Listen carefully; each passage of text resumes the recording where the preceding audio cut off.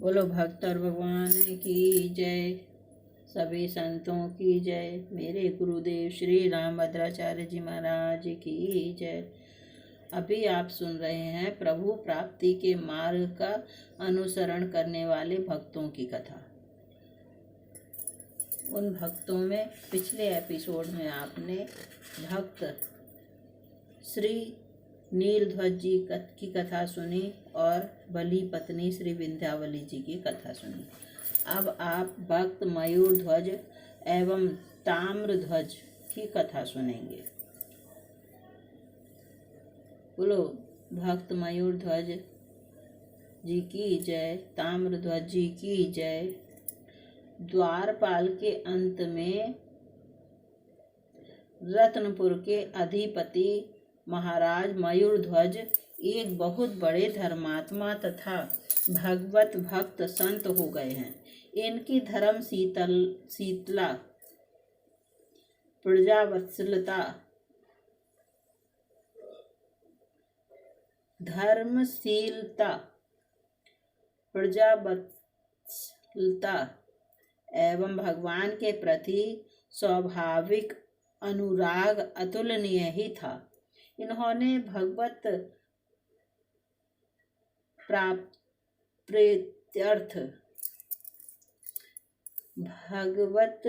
प्रीत्यर्थ अनेकों बड़े बड़े यज्ञ किए थे, करते ही रहते थे। एक बार इनका अश्वमेध का घोड़ा छूटा हुआ था और उसके साथ इनके वीर पुत्र ताम्रध्वज तथा प्रधानमंत्री सेना के साथ रक्षा करते हुए घूम रहे थे। उधर उन्हीं दिनों धर्मराज युधिष्ठिर का भी अश्वमेध यज्ञ चल रहा था और उनके घोड़े के रक्षक रूप में अर्जुन और उनके सारथी स्वयं भगवान श्री कृष्ण साथ थे। मणिपुर में दोनों की मुठभेड़ हो गई। उन दिनों भगवान के सारथ्य और अनेकों वीरों पर विजय प्राप्त करने के कारण अर्जुन के मन में कुछ अपनी भक्ति तथा वीरता का गर्व सा हो गया था। संभव है इसीलिए अथवा अपने एक छिपे हुए भक्त की महिमा प्रकट करने के लिए भगवान ने एक अद्भुत लीला रची। परिणामतः युद्ध में श्री कृष्ण के ही बल पर मयूरध्वज के पुत्र ताम्रध्वज ने विजय प्राप्त की और श्री कृष्ण तथा अर्जुन दोनों को मूर्छित करके वह दोनों घोड़ों को अपने पिता के पास ले गया। पिता के पूछने पर मंत्री ने बड़ी प्रसन्नता से सारा समाचार कह सुनाया, किंतु सब कुछ सुन लेने के पश्चात मयूरध्वज ने बड़ा खेद प्रकट किया। उन्होंने कहा, तुमने बुद्धिमानी का काम नहीं किया। श्री कृष्ण को छोड़कर घोड़े को पकड़ लेना या यज्ञ पूरा करना अपना उद्देश्य नहीं है। तुम मेरे पुत्र नहीं बल्कि शत्रु हो, जो भगवान के दर्शन पाकर भी उन्हें छोड़कर चले आए। इसके बाद वे बहुत पश्चाताप करने लगे। उधर जब अर्जुन की मूर्छा टूटी तब उन्होंने श्री कृष्ण से घोड़े के लिए भी बड़ी व्यग्रता प्रकट की।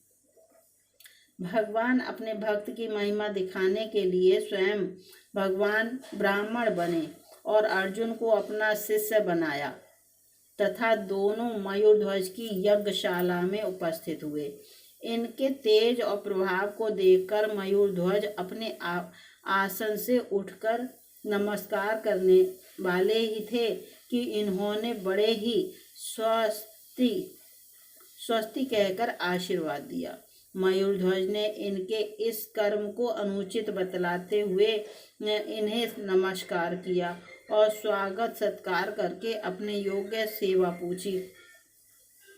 ब्राह्मण वेशधारी भगवान ने अपनी इच्छित वस्तु लेने की प्रतिज्ञा कराकर बतलाया, मैं अपने पुत्र के साथ इधर आ रहा था कि मार्ग में एक सिंह मिला और उसने मेरे पुत्र को खाना चाहा।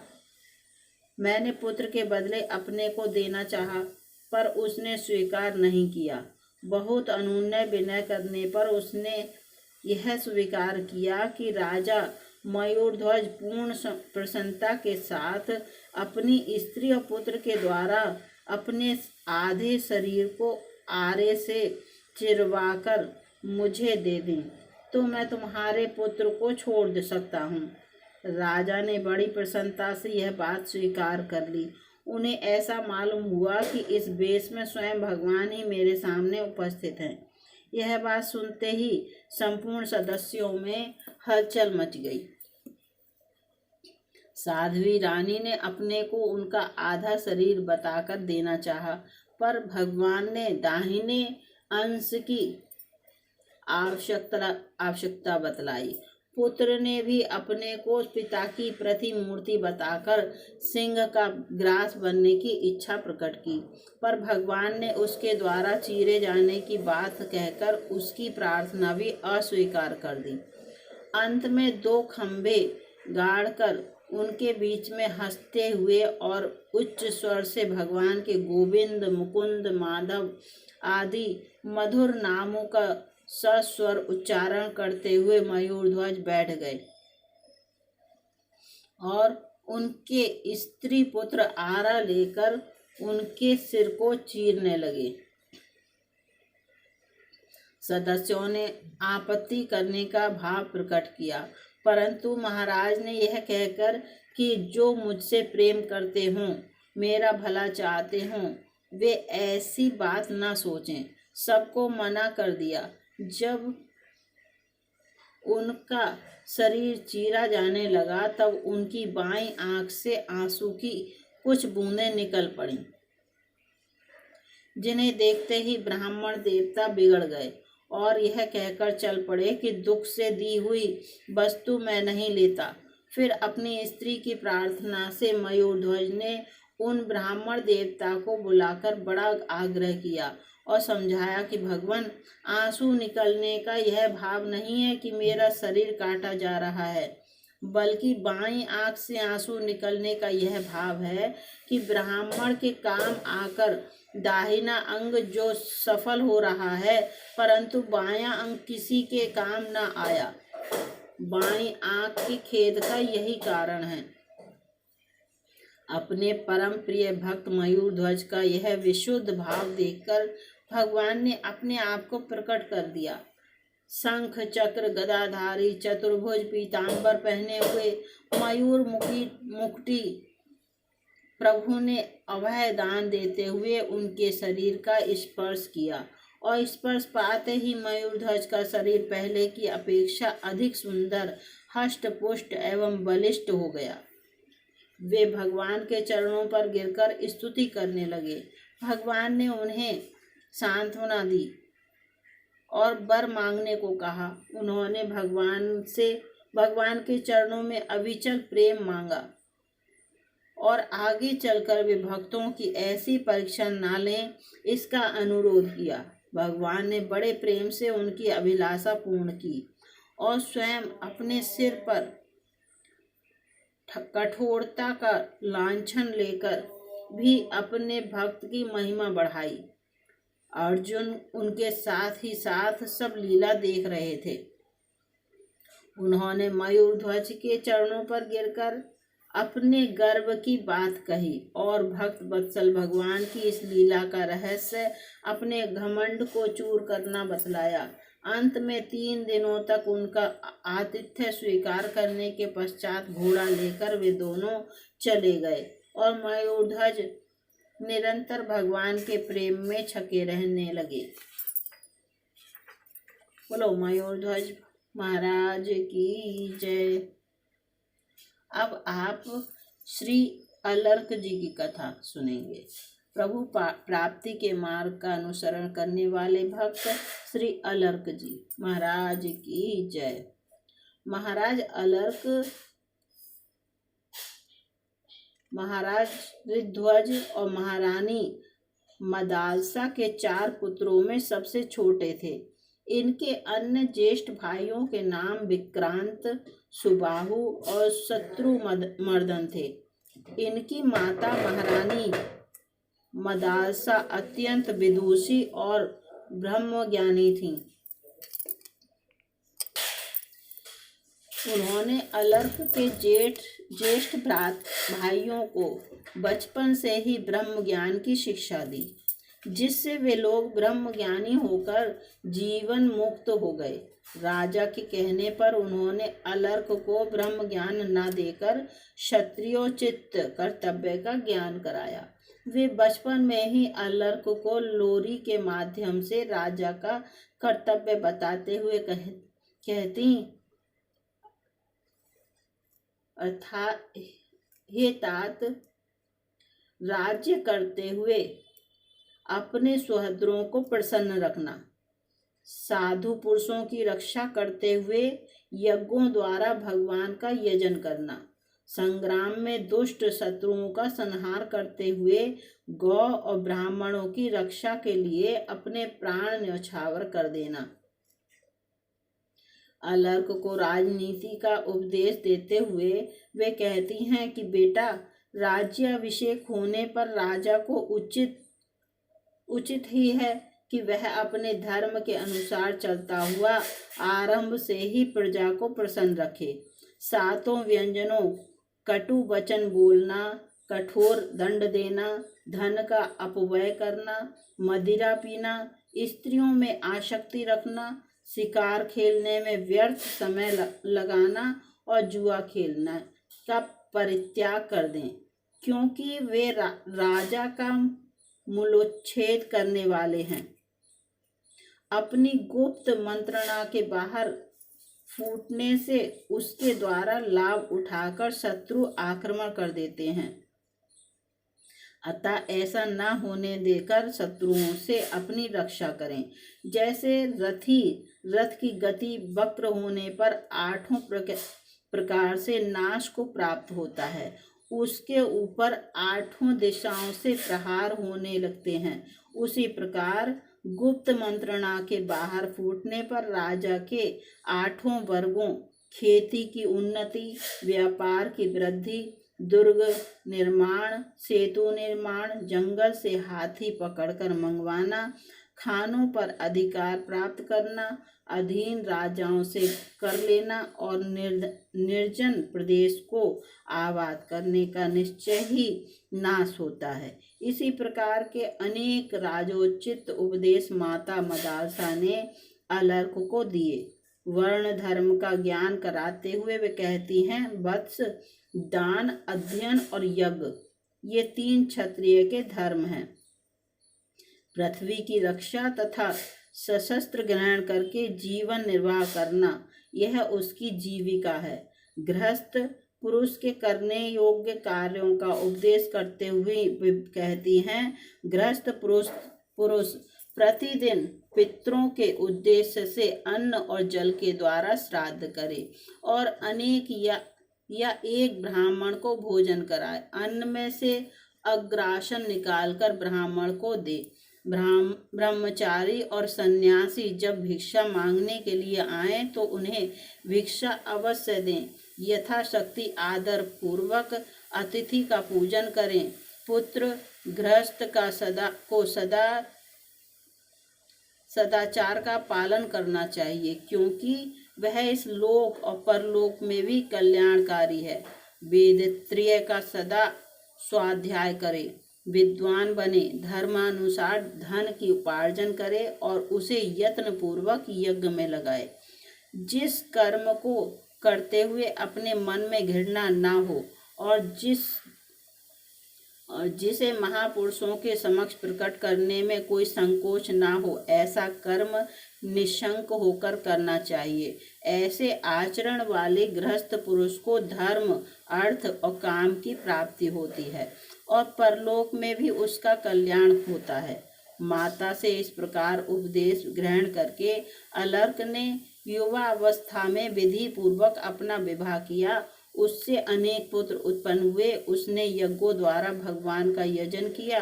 तदंतर बहुत समय बाद वृद्धावस्था को प्राप्त होने पर धर्मपरायण महाराज ऋध्वज ने महारानी मदालसा के साथ तपस्या हेतु बन जाने का विचार किया और पुत्र अलर्क का राज्याभिषेक कर दिया। उस समय मदालसा ने अलर्क की विषय भोग विषय तक विषयक आसक्तियों को हटाने के लिए उससे यह अंतिम वचन कहा, बेटा, गृहस्थ धर्म का अवलंबन करके राज्य करते समय यदि तुम्हारे ऊपर कोई विपत्ति आ पड़े तो मेरी दी हुई इस अंगूठी से यह उपदेश पत्र निकालकर, जो रेशमी वस्त्र पर बहुत सूक्ष्म अक्षरों में लिखा गया है, तुम अवश्य पढ़ना, क्योंकि ममता में बंधा रहने वाला गृहस्थ दुखों का केंद्र होता है। यूं कहकर मदालसा ने अलर्क को सोने की अंगूठी दी और गृहस्थ पुरुष के योग्य अनेक उपदेश और आशीर्वाद भी दिए।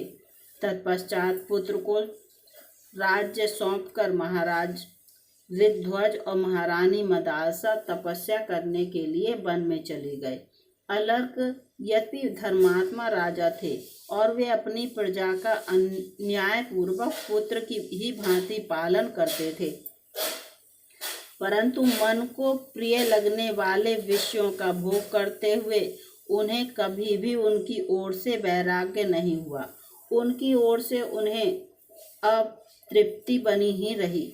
उनके इस प्रकार भोगों में आसक्त, प्रमादी और जितेंद्रिय होने का समाचार उनके भाई सुबाहु ने भी सुना, जो वन में निवास करते थे। अलर्क को किसी तरह ज्ञान प्राप्त हो, इस अभिलाषा से उन्होंने काशी राज की सहायता से अलर्क पर आक्रमण करने की तैयारी की और दूत भेजकर कहलाया कि अपने बड़े भाई सुबाहु को राज्य दे दो। अलर्क ने उत्तर दिया, मेरे बड़े भाई मेरे ही पास आकर मुझसे प्रेम पूर्वक राज्य मांग लें, मैं किसी के आक्रमण के भय से थोड़ी सी भी भूमि नहीं दूंगा। अलर्क का इस प्रकार उत्तर सुनकर काशी राज ने अपनी समस्त सेना के साथ अलर्क के राज्य पर चढ़ाई कर दी। उन्होंने अलर्क के सीमावर्ती नरेशों को अपने अधीन कर लिया। इतना ही नहीं, अलर्क के दुर्ग रक्षकों को भी साम, दाम, दंड और भेद से अपने वशीवर्ती बना लिया। इस प्रकार शत्रु सेना से घिरे अलर्क का सैन्य बल और कोष क्रमशः क्षीण होता जा रहा था। इससे उनका चित्त व्याकुल हो उठा। जब वे अत्यंत वेदना से व्यथित हो उठे, तब सहसा उन्हें उस अंगूठी का स्मरण हो आया, जिसे ऐसे ही अवसरों पर उपयोग करने के लिए उनकी माता मदालसा ने दिया था। उन्होंने वह उपदेश पत्र निकाल कर पढ़ा। उसमें लिखा था, संग अर्थात संग आसक्ति का सब प्रकार से त्याग करना चाहिए, किंतु यदि उसका त्याग न किया जा सके तो सत्पुरुषों का संग करना चाहिए, क्योंकि सत्पुरुषों का संग ही उसकी औषधि है। कामना को सर्वथा छोड़ देना चाहिए, परंतु यदि वह छोड़ी ना जा सके तो मुमुक्षा मुक्ति के प्रति इच्छा की कामना करनी चाहिए, क्योंकि मुमुक्षा ही उस कामना को मिटाने की दवा है। उस उपदेश को अनेक बार पढ़कर अलर्क ने सोचा, मनुष्यों का कल्याण कैसे होगा। मुक्ति की इच्छा जागृत करने पर, और मुक्ति की इच्छा जागृत होगी सत्संग से। ऐसा निश्चय करके सत्संग के लिए वे महात्मा दत्तात्रेय जी के शरण में गए। उनके चरणों में प्रणाम करके राजा ने उनका पूजन किया और कहा, ब्राह्मण, आप शरणार्थियों को शरण देने वाले हैं, मुझ पर कृपा कीजिए। मैं भोगों में अत्यंत आसक्त और दुख से आतुर हूँ, आप मेरा दुख दूर कीजिए। दत्तात्रेय जी बोले, राजन, मैं अभी तुम्हारा दुख दूर करता हूँ। सच सच बताओ, तुम्हें किस लिए दुख हुआ है। अलर्क ने कहा, भगवान, इस शरीर के बड़े भाई यदि राज्य लेने की इच्छा रखते हैं तो यह शरीर तो 5 भूतों का समुदाय मात्र है। गुण की ही गुणों में प्रवृत्ति हो रही है, अतः मेरा उसमें क्या है। शरीर में रहकर भी वे और मैं दोनों ही शरीर से भिन्न हैं। यह हाथ आदि कोई भी अंग जिसका नहीं है, मांस हड्डी और नाड़ियों के विभाग से भी जिसका कोई संपर्क नहीं है, उस पुरुष का इस राज्य, हाथी, घोड़े, रथ और कोष आदि से किंचित भी क्या संबंध है। इसलिए ना तो मेरा कोई शत्रु है, ना मुझे दुख या सुख होता है, और ना नगर अथवा कोष से ही मेरा कोई संबंध है। यह हाथी घोड़े आदि की सेना न सुबाहु की है, न दूसरे किसी की है, और न मेरी ही है। जैसे कलसी, घट और कमंडलू में एक ही आकाश है, तो भी पात्र भेद से अनेक शरीर अनेक दिखाई देता है, उसी प्रकार सुबाहु, काशीराज और मैं भिन्न भिन्न शरीरों में रहकर भी एक ही हैं। शरीर के भेद से ही भेद की प्राप्ति होती है। पुरुष की बुद्धि जिस जिस वस्तु में आसक्त होती है, वहां वहां से वह दुख ही लाकर देती है। मैं तो प्रकृति से परे हूँ, अतः न दुखी हूँ न सुखी। प्राणियों का भूतों के द्वारा जो पराभाव होता है वही दुखमय है। तात्पर्य यह है कि जो भौतिक भोगों में ममता के कारण आसक्त हैं, वही सुख दुख का अनुभव करता है। अलर्क की बात सुनकर दत्तात्रेय जी ने कहा, नरश्रेष्ठ, वास्तव में ऐसी ही बात है। तुमने जो कुछ कहा है ठीक है। ममता ही दुख का और ममता का अभाव ही सुख का कारण है। मेरे प्रश्न करने मात्र से तुम्हें यह उत्तम ज्ञान प्राप्त हो गया। जिसने ममता की प्रतीति को सेमर की रुई की भांति उड़ा दिया। इसके बाद अत्रिनंदन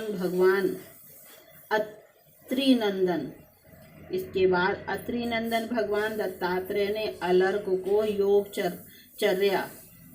योग के विघ्न तथा उनके बचने के उपाय, 7 धारणा, 8 ऐश्वर्य, योगी की मुक्ति, प्रणव की महिमा, योग साधना में आने वाले अरिष्ट तथा उनसे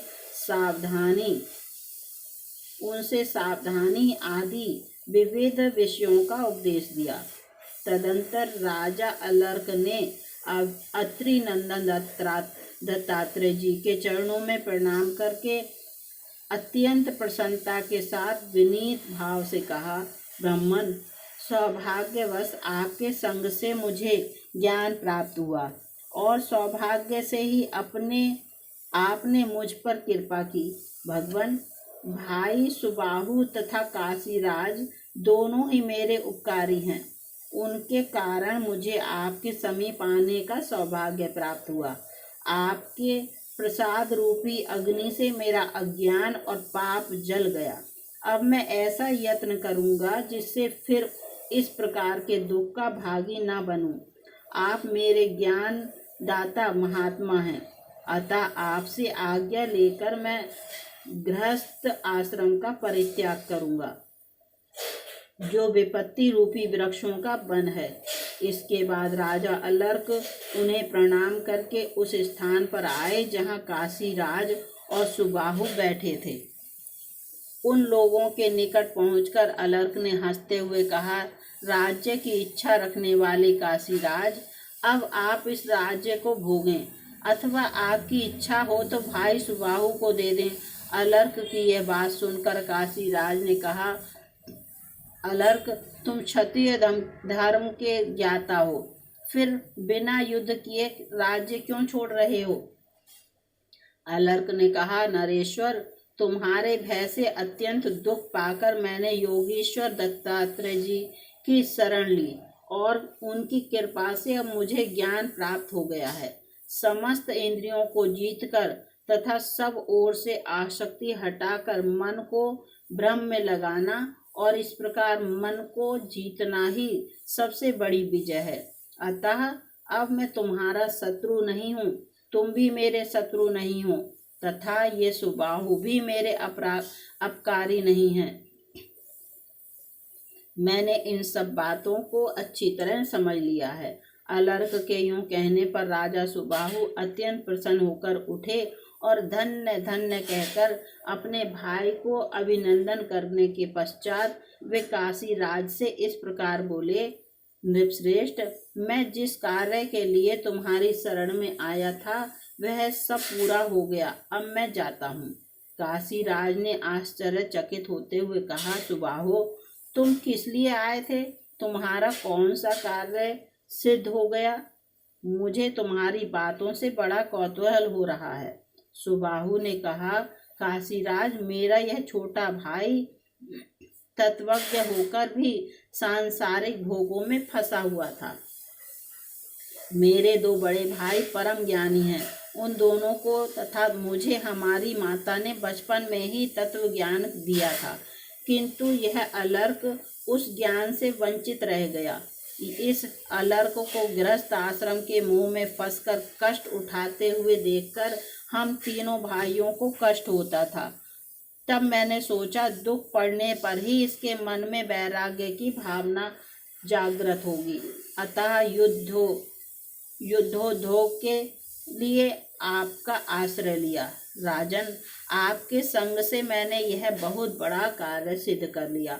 तुम्हारा कल्याण हो, अब मैं जाऊंगा। काशी नरेश से यूं कहकर परम बुद्धिमान सुबाहु चले गए। काशीराज ने भी अलर्क का सत्कार करके अपने नगर की राह ली। अलर्क ने अपने ज्येष्ठ पुत्र का राज्याभिषेक कर दिया और स्वयं सब प्रकार की आसक्तियों का त्याग करके आत्मसिद्धि के लिए वन में चले गए। वहां बहुत समय तक वे निर्द्वंद्व एवं परिग्रह शून्य होकर रहे और अनुपम योग संपत्ति को पाकर परम निर्वाण पद को प्राप्त हुए। बोलो अलर्क जी महाराज की जय, सभी संतों की जय, सभी भक्तों की जय, मेरे गुरुदेव श्री रामभद्राचार्य जी महाराज की जय। अभी आप सुन रहे थे प्रभु प्राप्ति के मार्ग का अनुसरण करने वाले भक्तों की कथा। अब आप अगले एपिसोड में सुनेंगे भगवान की माया को जीत लेने वाले भक्तों की कथा। उनका नाम है, माया को जीतने वाले भक्तों के नाम भी सुनेंगे। बोलो सभी संतों की जय।